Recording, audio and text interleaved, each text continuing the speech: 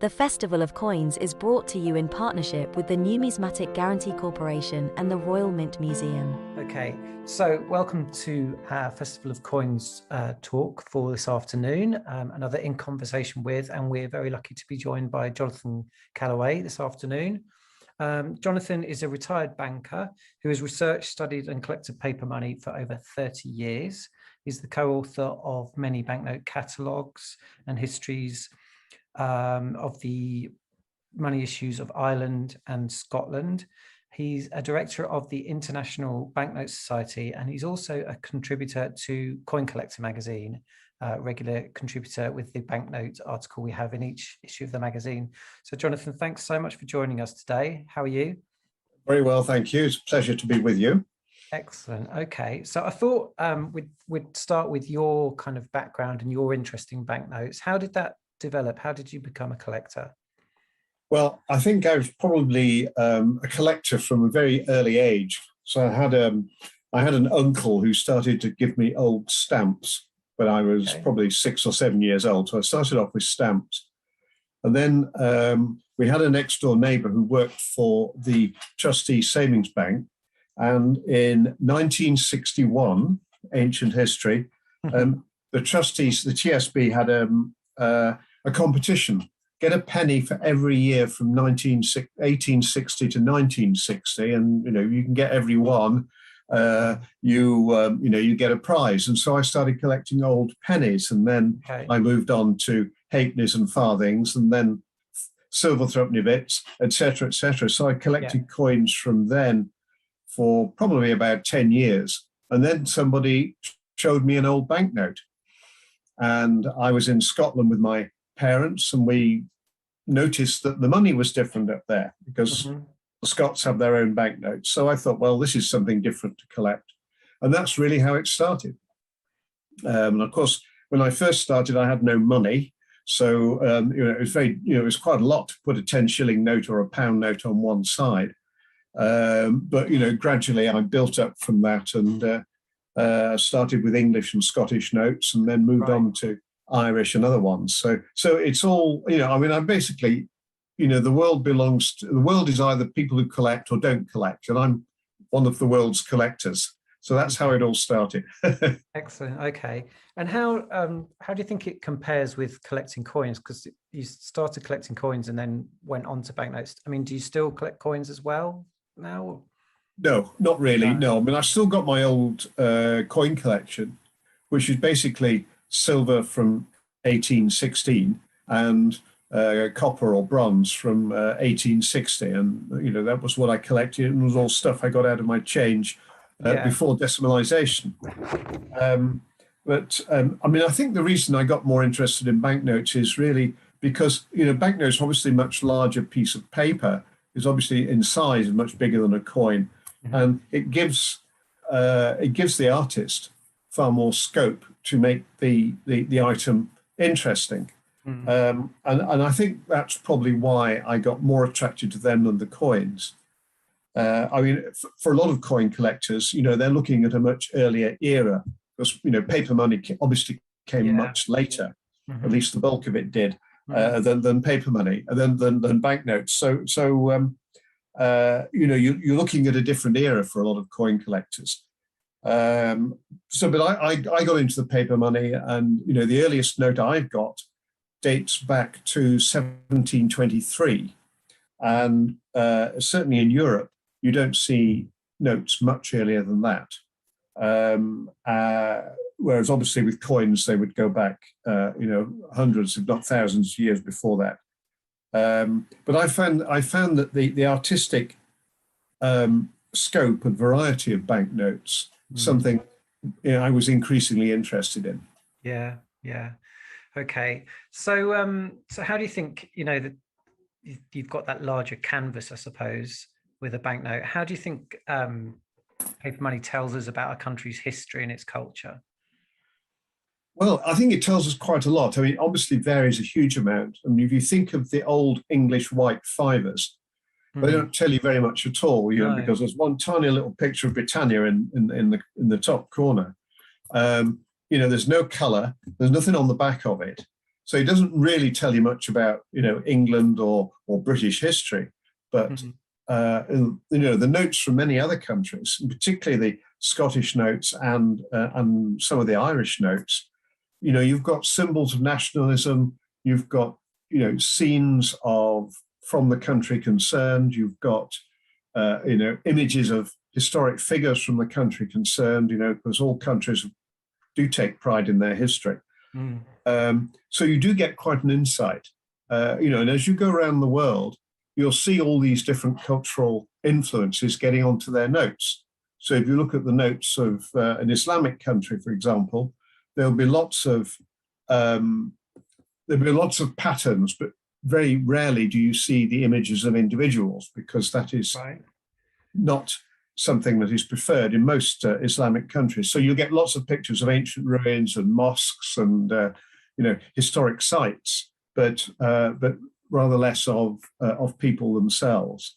I mean, it does vary, obviously. Some countries are quite happy to put early monarchs or other historic figures on their notes, but some Islamic countries prefer not to have any human images on their notes. So it does vary from country to country, but I think almost without exception, a country will want to say something about its history and its culture on the notes. And of course, as you say, there is a canvas there to work from, and a lot of countries take full advantage of that. Yeah. So in your own collection, do you obviously you kind of started out with the United Kingdom, Scotland, and England. Do you now collect any banknote around the world? No. I think that there's way too much scope, and I think you have to, if you're going to have a serious collection, I think you've got to have some focus to it. Yeah. I've got notes from various countries, but most of my stuff is Scottish or Irish or English. I've got notes from the Isle of Man and Jersey and Guernsey, but for the rest of Europe and for other parts of the world, they're just notes that I pick up along the way that I find particularly interesting or particularly attractive. Yeah. But I haven't made a collection out of those. Okay. So, I mean, the reason I asked that was to see whether you have any particular favorites around the world. I certainly do. And I have to say, I'm sort of coming across new favorites every day. With the articles I'm writing for Coin Collector, going from one country to the next. Yeah. Once you start to really look at an individual country's notes, you think, God, I could collect these. The French notes, for example, are absolutely wonderful. Right here. That's it. There you go. I mean, they're absolutely beautiful. They did genuinely recruit established French artists to design the notes, and it shows. When you compare that with the Bank of England equivalents at the time, the French notes are absolutely splendid. I've never collected them, but maybe I will. Okay. Yeah, but you need to have that focus, don't you?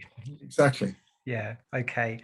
So, what tips would you give to people wanting to start a collection? Obviously, we've already covered you need some kind of focus. But what other tips would you give to someone? Well, I think probably start with the country that you're from. So, if you live in this country, in the UK, particularly if you live in England, you would start with Bank of England notes because they're generally quite cheap. Okay. You can get old pound notes for just a couple of pounds, possibly even less than that if they're a bit sort of worn. But you can start to build up a collection quite easily. And once you've started a collection, you then get a feel for what you'd like to have to add to it. And let's say if you just stick with 10 bob notes and pound notes, you could have quite a collection of Bank of England notes, the Scottish, all the different Scottish banks, the different Irish banks, etc. And before you know where you are, you've got quite a wide range of really attractive notes. And as if they're relatively modern, and if they're low denomination, they won't be expensive, and yet there'll be a lot of interest there. They're all very colourful, apart from the Bank of England, and they're all and they've all got their own interest. So that's where I would start. Start close to home. If you've got, if you visit another country regularly, you'll probably have seen their notes just from, having been there. And, that's another thing you could do. I mean, I was very lucky to have a trip to Bhutan a couple of years ago, which is, very remote and up in the Himalayas. Yeah. And I got a set of notes when I was there, and they're beautiful, and it's such an interesting country. And the notes tell you quite a story about the monarchs and the history of the monarchy, and and all the different castles they've built up in the mountains. So I started that as a sort of sideline in a way. Yeah. But I think that if people do travel a lot, they'll come across notes of different countries, and something will trigger their interest, and they just I think you just follow your interests. Don't have to be too organized about it. Certainly not in the early days. And I think people's if you want to develop a specialism, and that will probably come in time when you find an area that particularly interests you. Okay. And would you say you can collect by theme as well? Is that something you can do with notes, or is that quite tricky? No, it's not tricky. You need to get a good world catalogue. And the last printed world catalogues are now becoming difficult to find because they're no longer being produced. I mean, everything's online now. If you want to collect, I don't know, people do it with all sorts of themes, aircraft, lots of early banknotes or more recent banknotes got, aircraft on them, or wildlife scenes, different, lions, tigers, other creatures. You could build up quite a good thematic collection. And some countries have absolutely beautiful notes, just focus on the wildlife. Costa Rica, for example, which has fantastic wildlife. Yeah. A lot of that's got onto their notes. Hummingbirds and butterflies and, and all that sort of thing. So, other people collect notes with musical instruments on, or with actual musical notation on them. It's quite a common way to collect. I mean, I guess that's also true in the stamp world as well, is thematic collecting, but it does happen in banknotes. And, again, there's incredible scope. I think you just need to have a catalogue to give you an overview of what's out there. Okay. And then where would you go? If you've decided on a theme or a particular country, what's your first kind of port of call to get that first item? Where would you recommend people look? In the modern world, you can't get a big paper catalogue. I mean, I can show you one of these things. I mean, it's huge. It's sort of A4 sized. It's about 3 or 4 inches thick. Yeah. And it's crammed with illustrations, but it's out of print now, basically.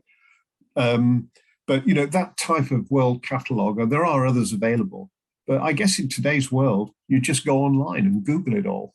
Yeah. If you Google, I don't know, banknotes of India, just for example, and you click on the tab that says images, you'll get millions of images of India banknotes, and you soon see whether there's anything there that would really interest you. And you'll also be able to pick out anything for the theme that you're following, whether it's wildlife or whatever. So a lot of this sort of thing could be done online now to get the information you need. It's a shame that there's no longer an easily available world catalogue.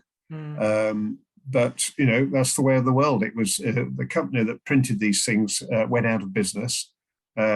Somebody bought the copyright, but somebody else has bought the production facilities. And so it's 2 different companies owning different segments. So it's unlikely in the short term anyway that a new printed catalogue of world banknotes is going to appear.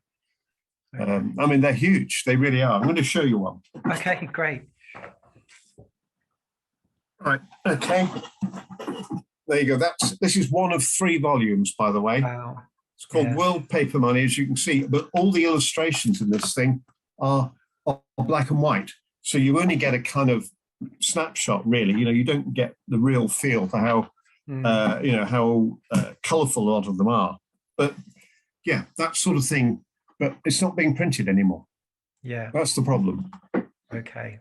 And then just purchasing the notes, presumably, eBay will be the first port of call for a lot of people. Requiring them, yeah, probably eBay, yeah. I mean, there are, I think there's Del Campi is another one. I think there's several of these sort of auction sites and lots of dealers. And again, Google can help, but, there's lots of dealers who deal online, away from eBay. And you'll soon be able to find their websites and then see what there is available. Excellent. So it's a different way of collecting. It's not the way I started. No, I didn't have the internet then. No.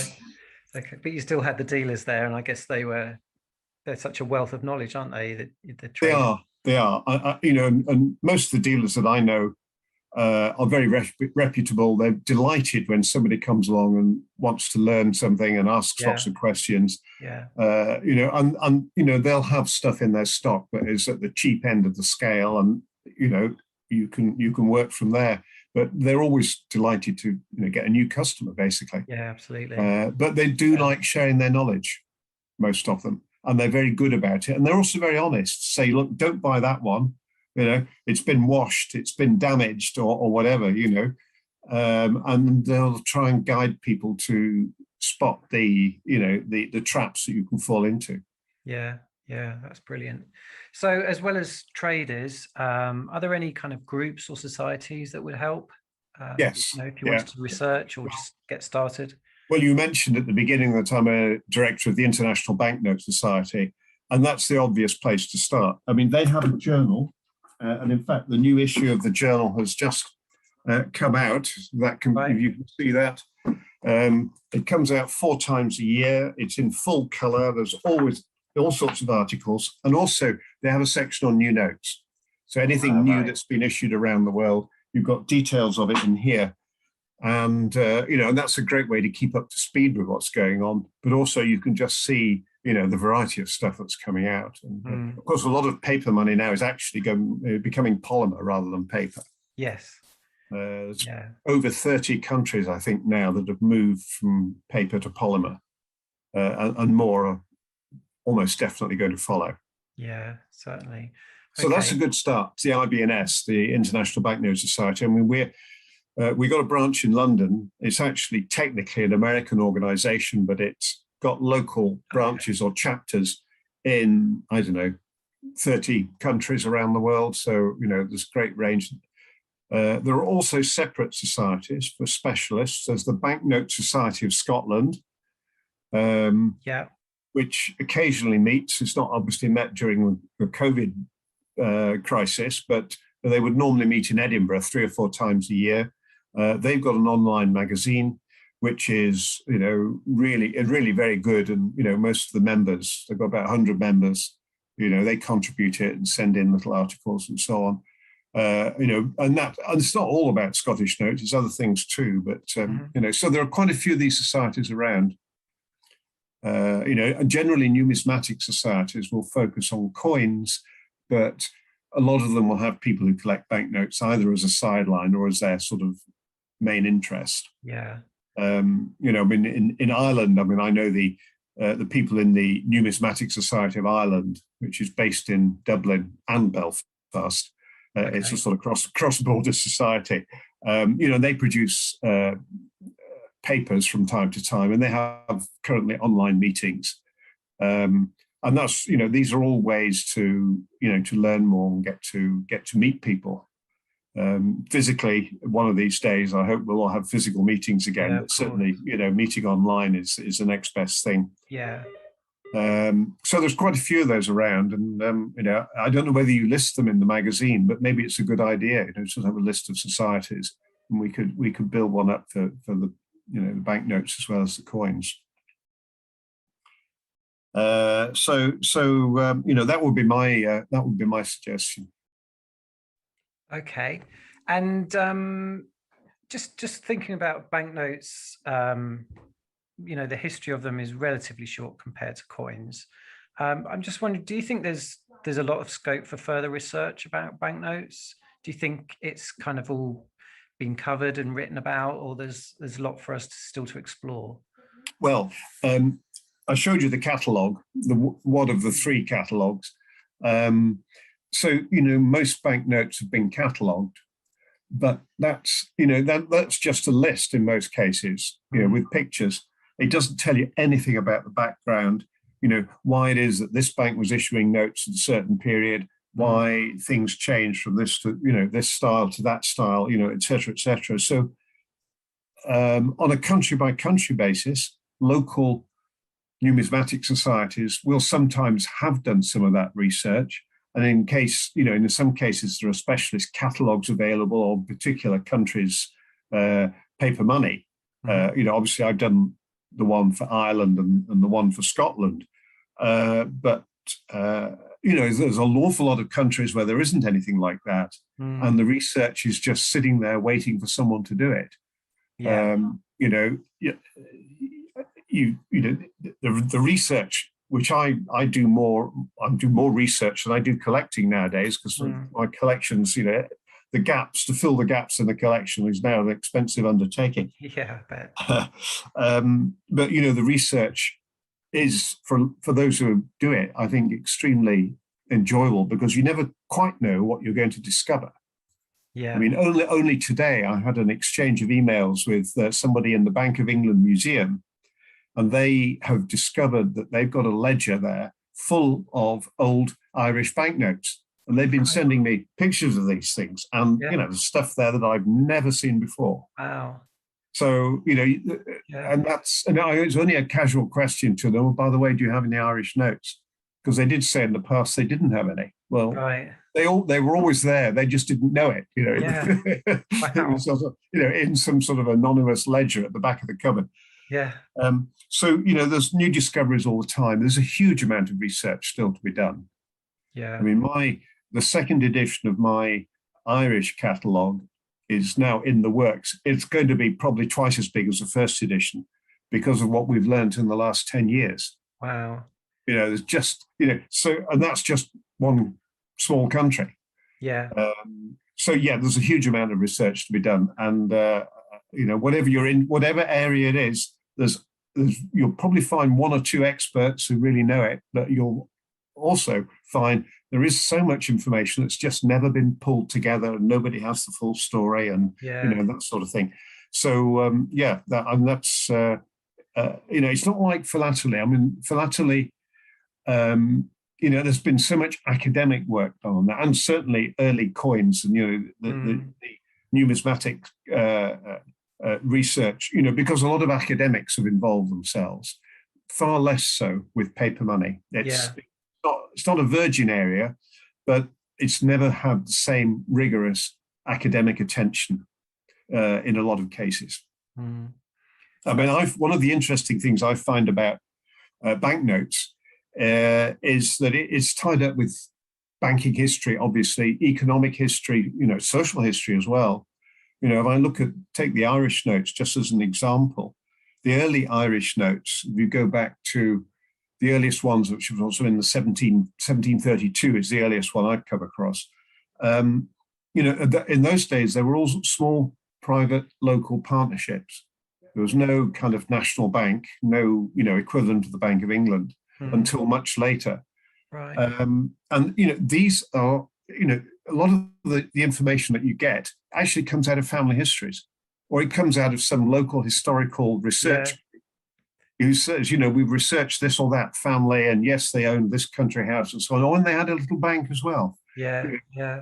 Wow. So there's a lot of stuff like that you can, uncover and then pull together. Yeah. And that's true equally. It's not just Ireland. I mean, that's certainly true in England and Scotland, and probably, right across Europe. In the beginning, there were no national banks. It was all just little private local enterprises. Yeah. And there were no regulations that they wanted to set a bank up and start issuing banknotes. The only thing that stopped them was if people wouldn't take the notes. Yeah, of course. There was no regulation about it. And if people took the notes, it's because they knew who was signing it. And I know him. He's a local squire or whatever. We can trust him. And of course, he might have taken advantage of that and issued far more notes than he could ever actually honor. A lot of the early banks went bust because they weren't, professionally managed. But again, that's part of the history. Yeah, absolutely. So really, as a collector, you can you can delve into a particular topic as much as you want, can't you? You can, just collect the banknotes, have a nice collection, or you can really research and even come up with something that maybe hasn't been discovered before. Yeah, it's quite possible. I mean, if you look at the early English notes, you always had the Bank of England there, at least from 1694, you had the Bank of England, but there were always these small private banks around. And nearly any town of any size right across England would have had its own little bank at some point in its history. And they become quite a core part of local history. There's one, I went to school in Macclesfield in Cheshire, and there were 3 or 4 little banks there. And one of them was owned by a local industrialist. And, the Macclesfield used to be known for its silk factories. And, they ran the local silk factories and they ran a bank on the side. Right. So the two histories sort of combined. And that makes it, it's really quite interesting. And of course, there's local archives that you can dig into, and you find more about the family, and you find more about the banknotes they issued, and and all the rest of it. And it's there's an endless amount of research like that can be done. Yeah, fantastic. Okay, so I've got one more question for you, Jonathan. Yes. Probably quite a difficult one, but can you pick one favorite banknote from your own collection? Well, if you had to save one from a fire. I gave a talk once, which I called my 10 favorite banknotes. And there were 55 illustrations. So you can see how difficult it is. Okay. But if I was going to pick one out, I would say it's going to be one of the so-called story notes. So in other words, there's some particular story around that note. Yeah. And I've just written an article on a Portuguese banknote it was issued in 1922 for a few years. And some forgers, they thought, they wanted to forge the note, but they didn't forge the note. What they did was they forged instructions to the printers of the note and had hundreds of thousands more of the notes printed and delivered to them. Wow. The notes were printed in London. It was an English Waterlow's who also printed stamps, by the way. And they were completely taken in by this scam. And they followed instructions. Yes, we'll print the notes. And it looked as if it was the Bank of Portugal giving the instructions. Of course, it wasn't. And yes, of course, we'll deliver them in a trunk to Liverpool Street Station, to the sort of left luggage area. And they did all this, and these guys just whisked the trunks off to Portugal, put these notes into circulation. And it was an incredible scandal at the time. And I've got one of these notes. And the big mystery is, how do you tell the difference between the notes that were printed for the bank officially and the notes that were printed for the fraudsters? Because they convinced the printers to print notes with the same numbers on as the ones they'd already done. So there were 2 of every number. And the idea being that they would never, it would be a very distant coincidence, given there were hundreds of thousands of these things, if somebody picked 2 notes up and they had the same numbers on. But that's how they did it. And eventually the Bank of Portugal saw, hang on a minute, these 2 got the same numbers. And then they started to gather them all in and realized that they had a huge problem. But they got away with it for a time, and they made a lot of money before they were caught and arrested. Right. But the note itself, it's a beautiful note, but boy, is that a great story. Yeah, that's fantastic. Yeah. So I have to say, at the moment, that's my favorite note. Yeah. But there may be a different one next week. Exactly. Yeah, that's brilliant. Okay, well, thanks so much for your time, Jonathan. It's been really interesting. And as I mentioned at the start, you write the article in each issue of Coin Collector. So we're going around the world, aren't we, and looking at the different notes from different countries. So do have a look at that if you can get the magazine. France. Last one was Germany. Next one. Can I say what the next one will be? Yeah, please. Okay. The next one is H, which is Hong Kong. Fantastic. And then I will be India. by the way. And then, we'll carry on through the alphabet. Yeah. Fantastic. So, no, I'm working on those at the moment. Brilliant. Okay. So if anyone's interested in that, just come to the website at allaboutcoins.co.uk and you can buy the issue there or subscribe to the magazine as well. So, Jonathan, thanks again so much for your time, and we'll speak soon.